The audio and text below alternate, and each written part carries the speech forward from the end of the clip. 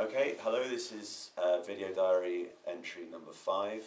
It's Saturday the 12th of September 2009, and this is the 5th one of these. What have I been doing? Well, I think I said in the last one that I'd made a request to change the orphanage that I was working at. That was basically because at the beginning of the week I turned up to the orphanage and there were about 4 or 5 new volunteers and no discernible increase in the amount of work that we were going to be doing, and that wasn't a lot to start with. So I requested to be moved somewhere else, just because I'm here to work in an orphanage and I wasn't doing any work in an orphanage really. On Wednesday they arranged for me to start at a state-run orphanage here in town, and before I could go to that I needed a medical certificate, and you'd think that might involve seeing a doctor, having some kind of checkup to check that I am fit and healthy, but it involved me giving the charity that arranged this a photo and 8,000 turuk, which is about £3.50. And that was all they needed to then get me a certificate to say that I was fully healthy and ready to work with children, which isn't perhaps the best system in the world, but there we go. So I, medical certificate in hand, went to the orphanage and started work on Wednesday morning. And for most of Wednesday I played the role of a climbing frame in relation to the 5, 6-year-old, and maybe 7, I'm not sure, kids that are there, and soon learned that I had to keep my back to something or else they were going to be crawling all over me, pretty much. There's no English staff whatsoever. Sorry, there's no English speaking staff. There's no English staff obviously either. So they speak Mongolian, obviously they speak a little bit of Russian as well, but nobody speaks English at all, obviously not the kids either, which is quite nice in some ways, but actually it's a little impractical in others, so often, like on Friday, they all sort of put on their outdoor coats and shoes at about 11 o'clock, and I wondered what was going on, and then they went off to school for the afternoon, and I didn't really know what was going on, and that's what they do. They spend the morning just sort of doing whatever in the orphanage, and then at 12:30 they go to the school, or usually at 12:30 to start that, and that's the afternoon. So I get there at about 9ish, and then have sort of 3 to 4 hours with the kids in the morning. Thursday and Friday were a little less hectic.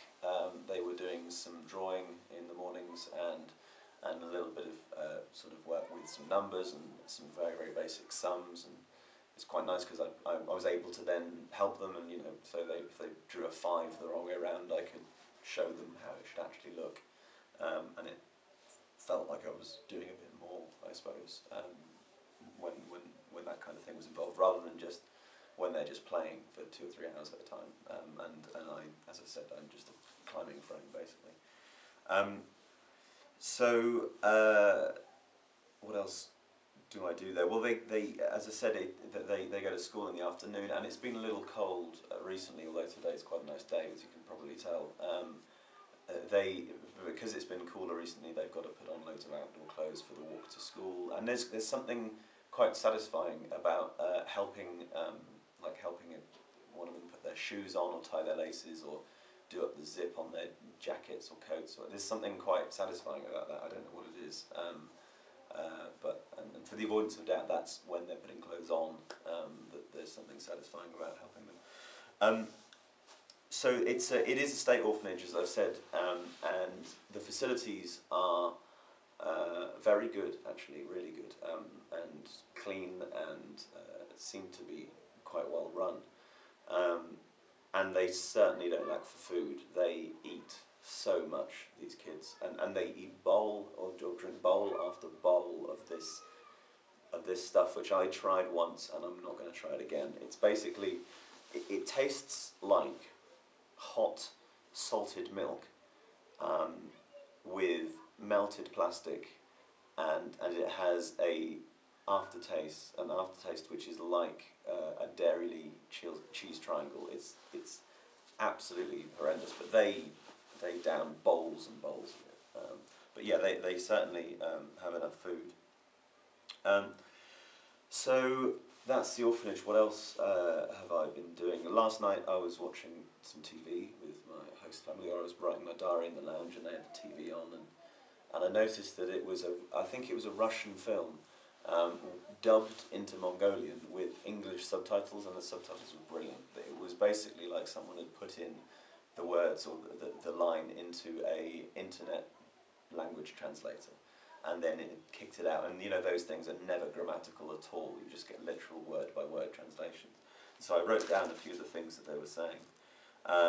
And this is a scene involving two people, and they had a pigeon on one of their arms. And one of the guys says to the others, "But you do climbing at roofs, and that is the same pests."